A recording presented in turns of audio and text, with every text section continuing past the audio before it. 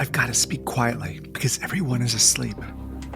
Today's episode of the Mush Love Podcast is sponsored by our friends at Wonderground. Wonderground roast gorgeous coffee beans, and then they load them up with powerful adaptogenic mushrooms to help you feel better. And for me, every morning, I grind up some brainchild beans, add a spoon of brainwash to make my oat latte, and I am ready to roll. If you haven't tried it, man, go to wondergroundcoffee.com. You will definitely thank me. All right, I got to get to work. Enter code MUSHLOVE30. That's MUSHLOVE30 and get 30% off at wondergroundcoffee.com. There are plants out there that have been known for millennia that have been used in different health systems like traditional Chinese medicine, Ayurveda, indigenous medicines all around the world that have this amazing property of kind of knowing what to do when it enters our body.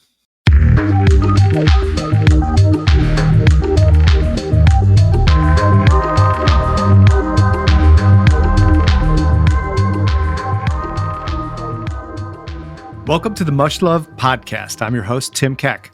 We're going to be talking about adaptogens and how they appear in mushrooms. Probably a lot of you have heard the term adaptogens. It's used in marketing and health food products a lot. And the word adaptogens has kind of a futuristic vibe, but most people don't know what it really means. And so we're going to talk about it. And so adaptogens, in the most simple term, are naturally occurring substances that help the body to adapt to stress. So adaptogens adapt. They do this by helping the adrenal system, named after the adrenal glands, which are these tiny triangular glands that sit on top of your kidneys. And they're incredibly powerful.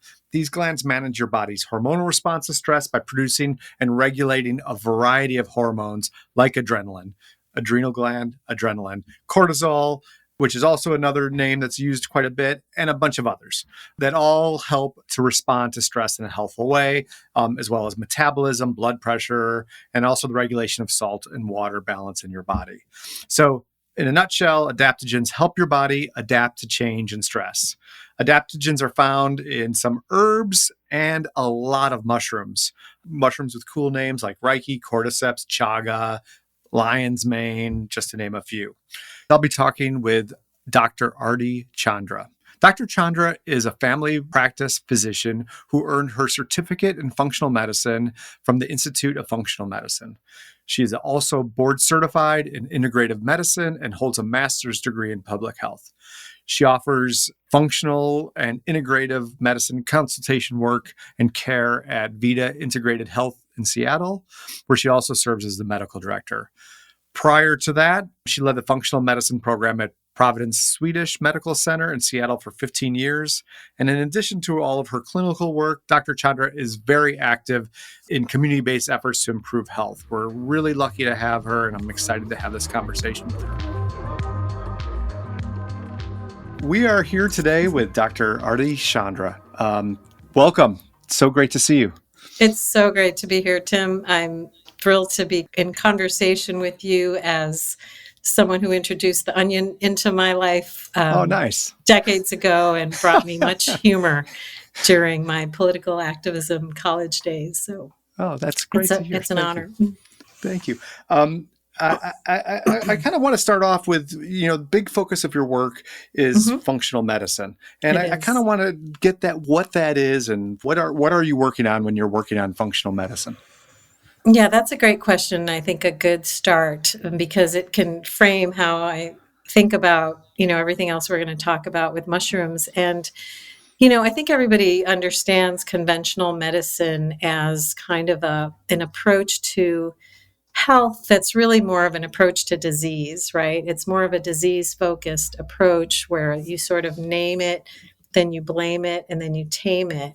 But what I found in my work as a family doctor in primary care, working with people with chronic issues, that we can't apply the same thinking we do like in the emergency room where we want to stomp down and attack a symptom and stop it.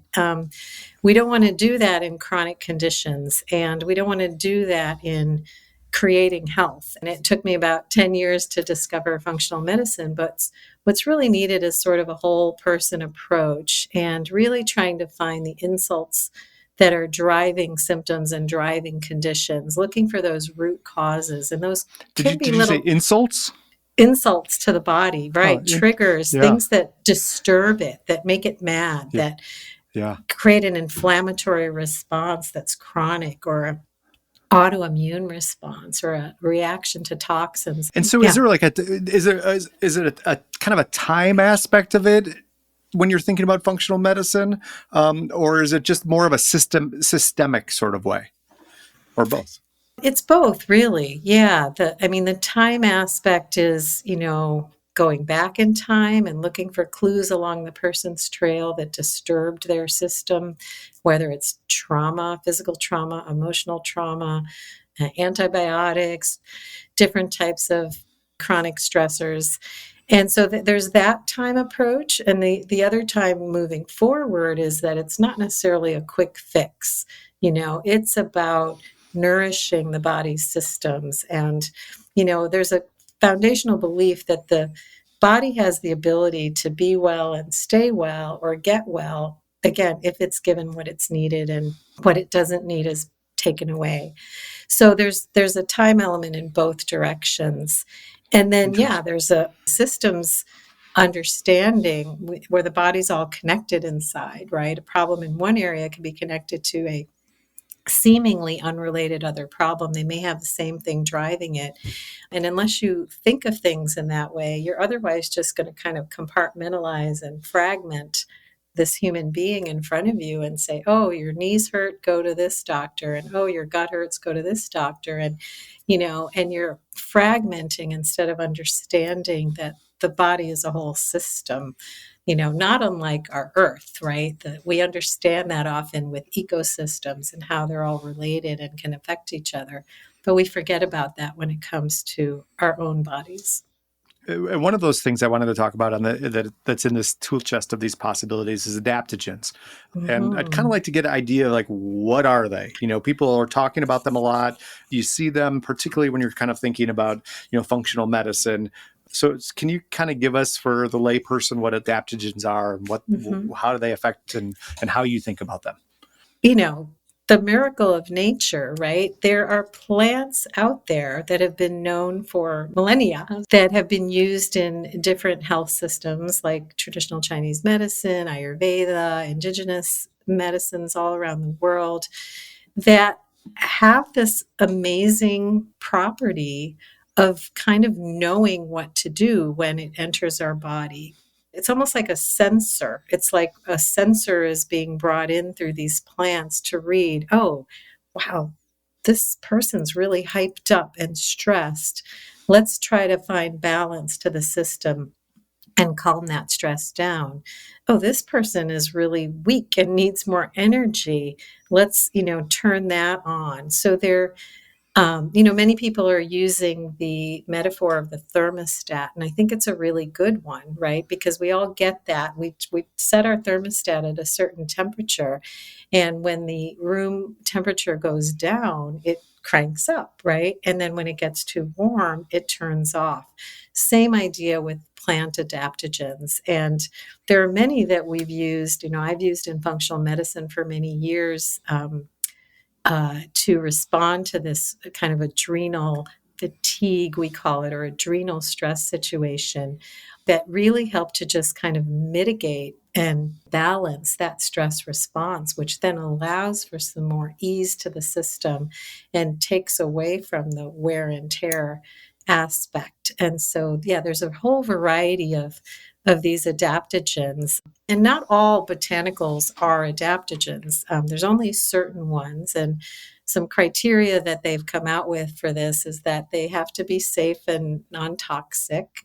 They have to support the body's ability to cope with stress, whether it's external stress or internal stress, and system wide, right? It's sort of it's impacting the body's whole systems when they act on us in this way.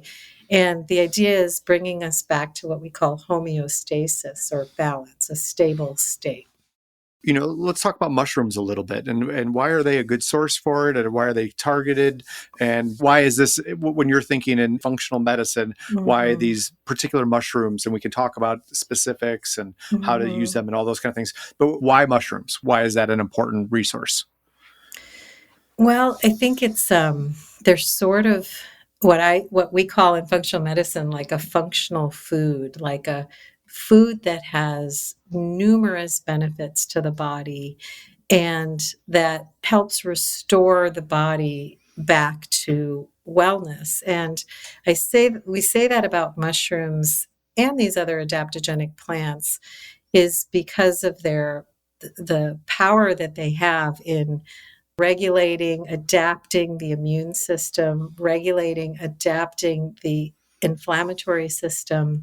And then they also have remarkable components like they're antioxidant, they're prebiotic. Some of them really help to support the gut lining.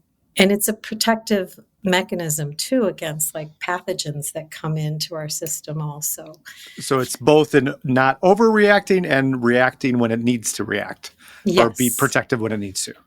Yeah. Absolutely, absolutely. There's almost no harm, as long as you're not allergic to mushrooms, right? Mm-hmm. I mean, some people, I mean, so many kids, my kids took until they were like 20 to enjoy mushrooms. But, as long as you're not allergic, they're completely safe. And it's like, why not? Why not kind of bring this added kind of as Jeff Bland, who's the founder of functional medicine, says, like, rejuvenate the system. It's not all about just boost, boost, boost. It's about, giving the fabric of our system the nourishment that it needs to perform well.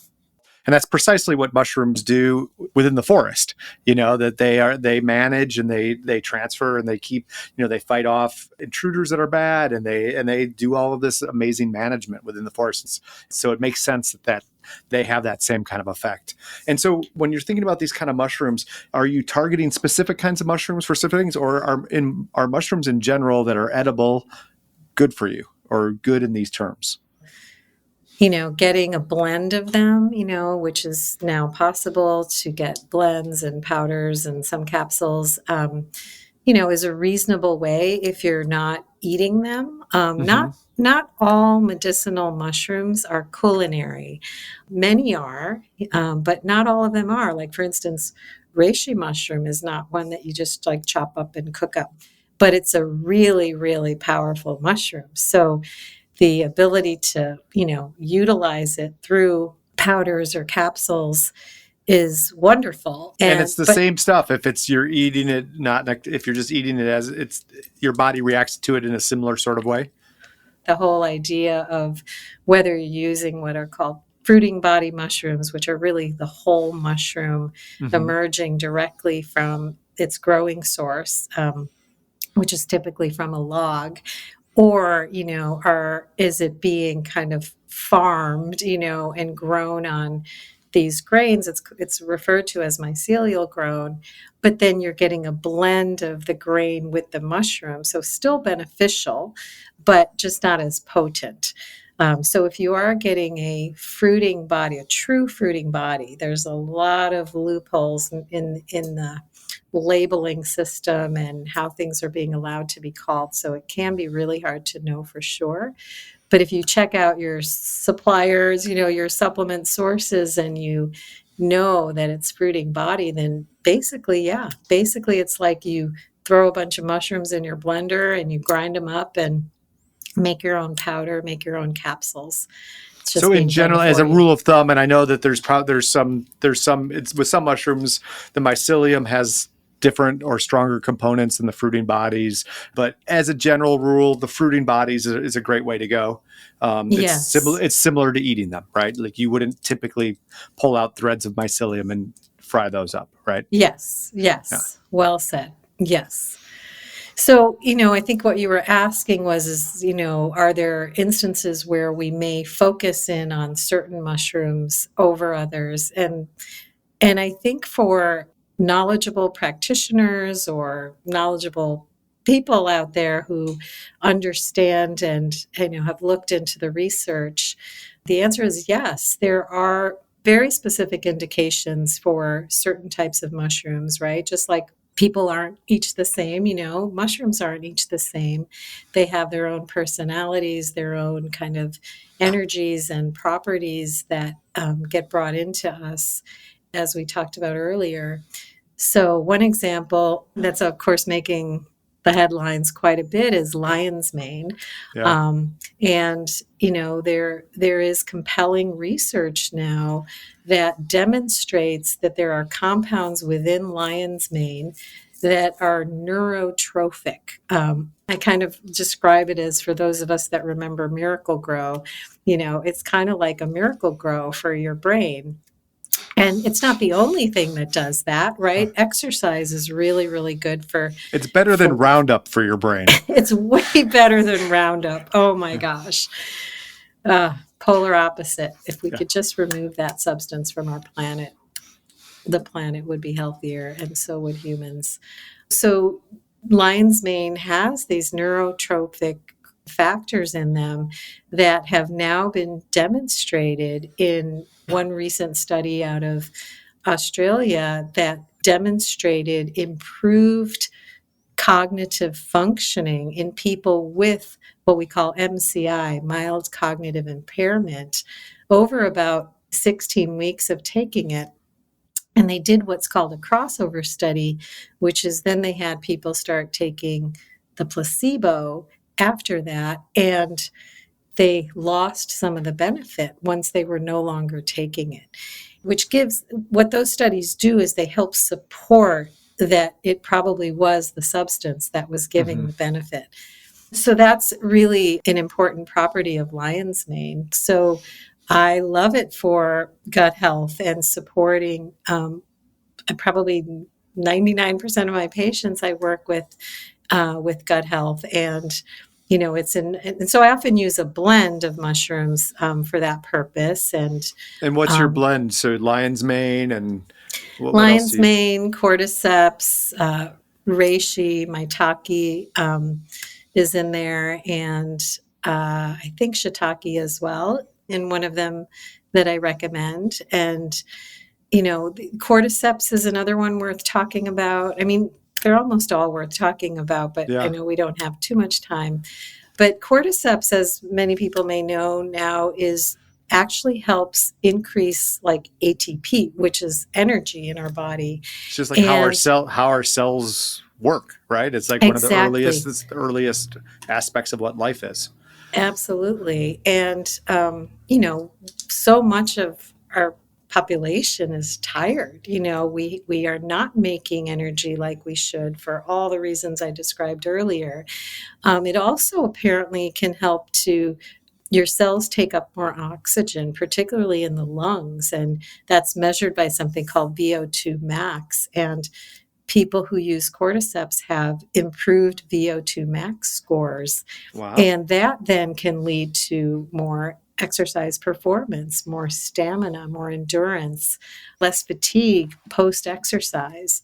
And, that actually translates. I want all of that. Cellularly. Yeah. Well, it also translates into like sexual performance and libido, and, that stimulation can happen in that system as well. And we also have used cordyceps in various thyroid conditions. It has been shown to reduce the antibody response in both Hashimoto's and Graves'.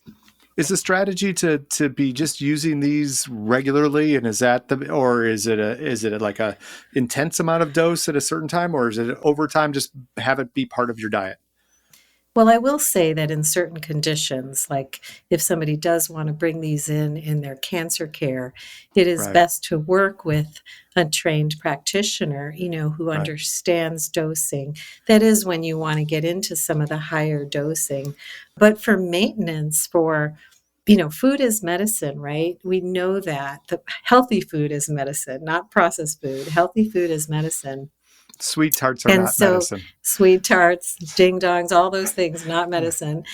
And so we can think about mushrooms as a way to just, again, broadly bring in nutrients, bring in compounds that are helping our immune system and working at, multi levels to restore back the balance and restore optimal functioning.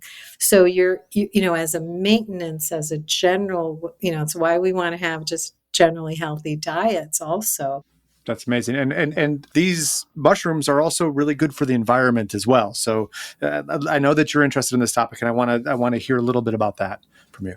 Yeah. So I've always really cared about ecosystems and being in nature, but really started kind of putting two and two together around chemical agriculture is really the root of all roots of causes for what's going on for both our population, our children, our adults, our elders, and what's happening to our climate. And really it woke me up to this emerging movement of regenerative agriculture. And now I really do feel that we all have to really wake up to the fact that we're just going to be spinning our tails trying to cure disease unless we change our agriculture system, unless we change how we're growing our food. And the mycelial network is under our feet, 24/7. It's working. It's, in all land masses. It's in the ocean. It's really, really important. This is the network that's bringing with the microbes in the soil. This is what brings nutrients to the plants, right? Plants don't just inherently have, like a carrot just doesn't inherently have vitamin A. It's brought the nutrients to it. And what's happened is we have like 50% less nutrients in many of our earth-grown foods because of what we've done to agriculture. So Yeah, I that's the can deal that the mushrooms have, or the fungus has with the plants, right? Is that exactly, they can't do photosynthesis, so they get energy from plants, and in return, they give them these important things that they can't get yes, on their own. Yeah, back through the soil. yeah. Exactly. And so it's a critically important arena that, like I can talk till I'm blue in the face with patients about eating healthy and choosing organic, and it does matter, and it does make huge changes in people's lives. However, we're still limited when we have all these less nutrients coming in through the plants that we eat, and that's not okay. Like, it's just not okay. And when I work with children and I work with pregnant women and I work with seniors and I see all these nutrient deficiencies and insufficiencies that are driving their symptoms, like, we have to fix this problem. And mushrooms are, supporting the growth of mushrooms, supporting the mycelial network is done by the old ways of farming. It's not tilling, it's not using chemical inputs, it's using cover crops so that when post harvest, the cover crops can get in there and nourish the soil. It's using planned grazing with animals so that the nutrients they deposit are helping the soil as well.